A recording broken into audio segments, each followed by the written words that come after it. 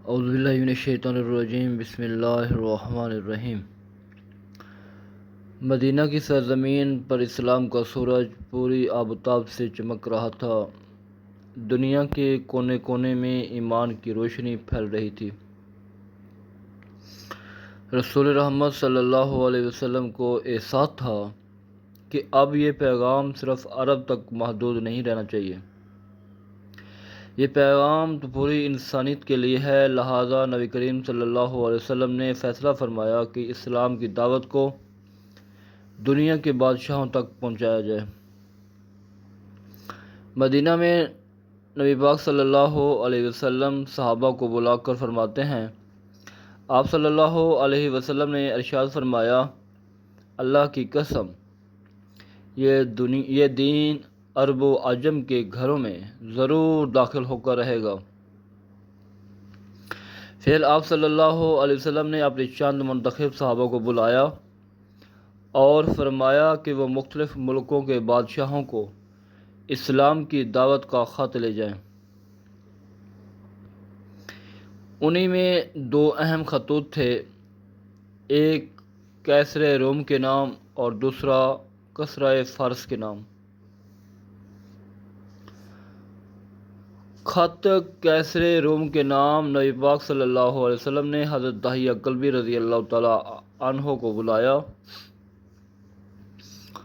اور ان کے ہاتھ ایک خط دیا جس میں لکھا تھا، بسم اللہ الرحمن الرحیم، محمد رسول اللہ کی طرف سے کیسر روم کے نام جو ہدایت کی راہ پر چلے اس پر سلام ہو، میں تمہیں اسلام کی دعوت دیتا ہوں، اسلام لے آؤ تو سلامت رہو گے اور اللہ تمہیں دوہرا اجر دے گا، لیکن اگر منہ پھیرا تو تمہاری رعیت کے گناہ بھی تم پر ہوں گے۔ جب کیسر نے یہ خط پڑھا تو خاموش ہو گیا۔ پھر اس نے عرب کے قافلے کو بلایا جس میں ابو سفیان بھی موجود تھے۔ اس وقت وہ مسلمان نہیں ہوئے تھے۔ کیسر نے ابو سفیان سے پوچھا، یہ شخص جو تم میں نبی ہونے کا دعویٰ کرتا ہے اس کا نسب کیسا ہے؟ ابو سفیان نے کہا، بہت اعلیٰ۔ کیسر نے کہا، کیا وہ کبھی جھوٹ بولتا تھا؟ ابو سفیان نے کہا، نہیں، کبھی نہیں۔ کیسر نے کہا، اگر وہ لوگوں کے ساتھ جھوٹ نہیں بولتا تو خدا کے ساتھ بھی جھوٹ نہیں بول سکتا۔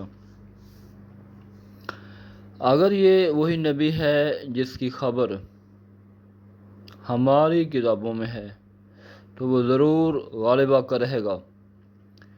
کیسر کا دل نرم پڑ گیا، لیکن وہ اپنے تاج و تخت کے خوف سے ایمان نہ لا سکا۔ اب دوسرا خط تھا کسرا فارس، ایران کے بادشاہ کے نام۔ یہ خط حضرت عبداللہ بن حذافہ رضی اللہ تعالیٰ عنہ لے کر گئے۔ خط میں وہی دعوت تھی، اسلام قبول کرو تو سلامت رہو گے۔ لیکن کسرا کا دل غرور سے بھرا ہوا تھا۔ جب اس کے سامنے نبی پاک صلی اللہ علیہ وسلم کا خط رکھا گیا تو اس نے گستاخی سے خط پھاڑ ڈالا۔ اللہ کے رسول صلی اللہ علیہ وسلم تک جب یہ خبر پہنچی تو آپ صلی اللہ علیہ وسلم نے فرمایا، اللہ یمزق ملکا، یعنی اللہ اس کی سلطنت بھی پھاڑ دے گا۔ چند ہی سالوں میں کسرا کی سلطنت ٹکڑے ٹکڑے ہو گئی، فارس کی عظیم حکومت ختم ہو گئی۔ اللہ کے نبی صلی اللہ علیہ وسلم کی زبان سے نکلا ہوا جملہ پورا ہو گیا۔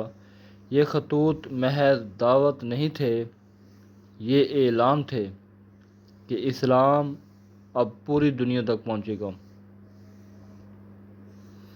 یہ پیغام بادشاہوں کے محلوں میں بھی گونجے گا اور عام انسانوں کے دلوں میں بھی۔ کیسر نے خط کو سینے سے لگایا، کسریٰ نے پھاڑ دیا، اور تاریخ نے فیصلہ دیا کہ عزت نبی کے ماننے والوں کے حصے میں آئے گی۔